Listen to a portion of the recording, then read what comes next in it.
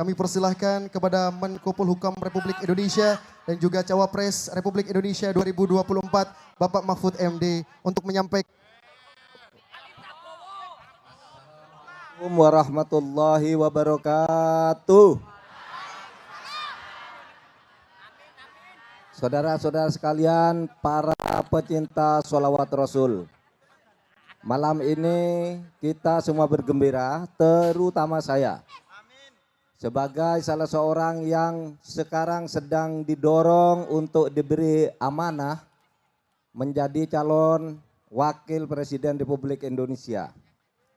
Saya datang ke sini tentu dengan berharap doa, sholawat dan salam dari kita semua untuk Rasulullah agar semua urusan-urusan kita mengurusi negara Republik Indonesia ini bisa berjalan dengan baik dan Indonesia bisa menjadi baldatun thayyibatun wa rabbun ghafur.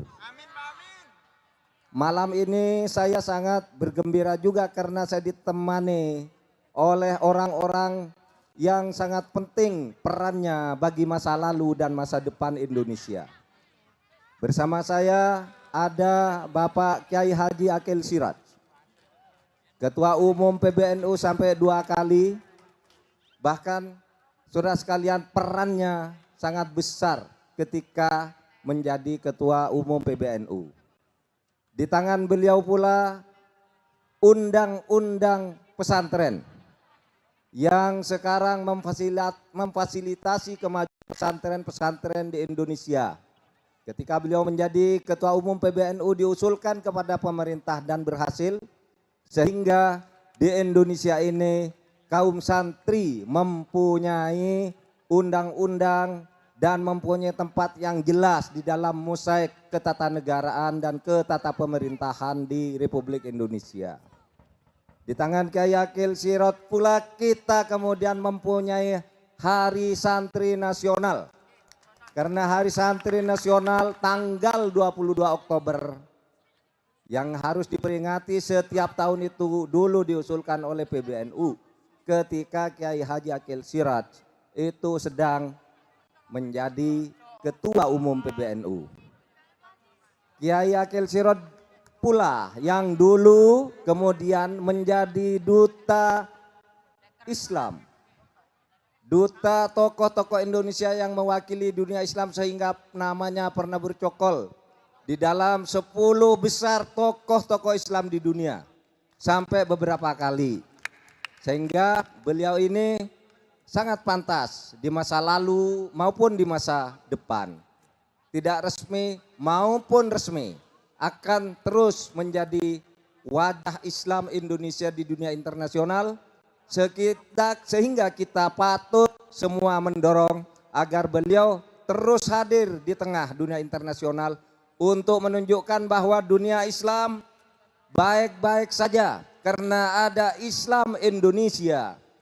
Islam yang dikembangkan di Indonesia sesuai dengan kebutuhan perdamaian dunia. Yang itu nanti akan disuarakan dan sudah selalu disuarakan oleh Kiai Haji Akil Siraj. Saya juga ditemani oleh beberapa tokoh nasional. Ada Bapak Haritanu Sudibyo yang mengembangkan berbagai kegiatan-kegiatan keagamaan dan kemanusiaan melalui perusahaannya yang besar dan melalui media-media yang dimilikinya. Bahkan untuk keperluan kemajuan Indonesia, untuk keperluan kemajuan Indonesia Pak Haritanu Sudibyo ini sekarang menggunakan kedudukannya dan kemampuannya untuk mendirikan sebuah partai yang diabdikan kepada Negara Kesatuan Republik Indonesia yaitu Perindo. Di sini hadir Ibu Angela, putri Bapak Haritanu Sudibyo yang saat ini mengabdi sebagai Menteri, Wakil Menteri Pariwisata dan Ekonomi Kreatif.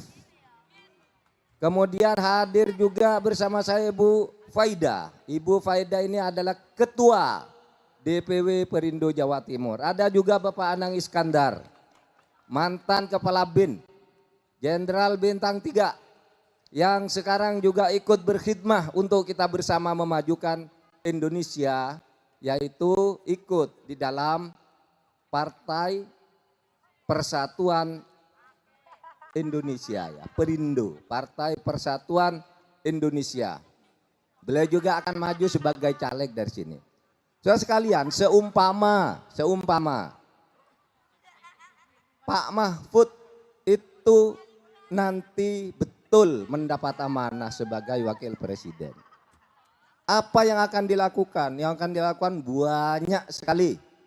Tetapi saudara sekalian, karena saya berbicara di provinsi yang penuh dengan pesantren dan suasana keislaman, maka tentu saya akan meneruskan perjuangan yang telah dirintis oleh para pendahulu kita, yang kemudian dituangkan secara resmi bukan hanya di dalam gerakan masyarakat, tetapi juga di dalam gerakan bernegara oleh Kiai Akil Sirot dan kawan-kawannya, sehingga tadi kita punya undang-undang pesantren, punya hari santri nasional, bahkan juga punya dana khusus, dana abadi untuk pesantren yang disiapkan oleh pemerintah sekarang ini agar pesantren menjadi maju. Saya juga mengumumkan di berbagai tempat, ciri khas pesantren adalah guru-gurunya yang ikhlas. Guru-gurunya yang ikhlas tidak mendapat gaji yang selayaknya pada umumnya. Bahkan sebagian besar juga kalau tokoh-tokoh pesantren itu tidak mendapat gaji sepeser pun. Sehingga guru-guru yang mengajar di madrasah, di pesantren, penjaga masjid, marbot masjid dan sebagainya yang seharusnya bersih dan makmur, itu terkadang kurang mendapat perhatian. Oleh sebab itu khusus untuk bidang ini, kami, Pak Ganjar dan saya dan seluruh partai koalisi yang bergabung di dalam pencalonan Ganjar dan Mahfud ini sekarang sedang menghitung kemungkinan dan akan memperjuangkan pemberian gaji yang layak kepada guru-guru madrasah, kepada guru-guru pesantren dan kepada para penjaga masjid yang menurut ukuran-ukuran tertentu memang layak untuk diberi imbalan atau diberi penghargaan yang sewajarnya. Kemarin saya juga sudah mengumumkan di Aceh bahwa untuk ustadz-ustadz dan guru-guru di madrasah-madrasah insya Allah akan kita kaji ulang untuk diberikan kesejahteraan yang layak, karena guru-guru di madrasah, pesantren dan marbot masjid itu adalah orang-orang untuk kebaikan, untuk menguatkan pergaulan kita berdasar moralitas agama.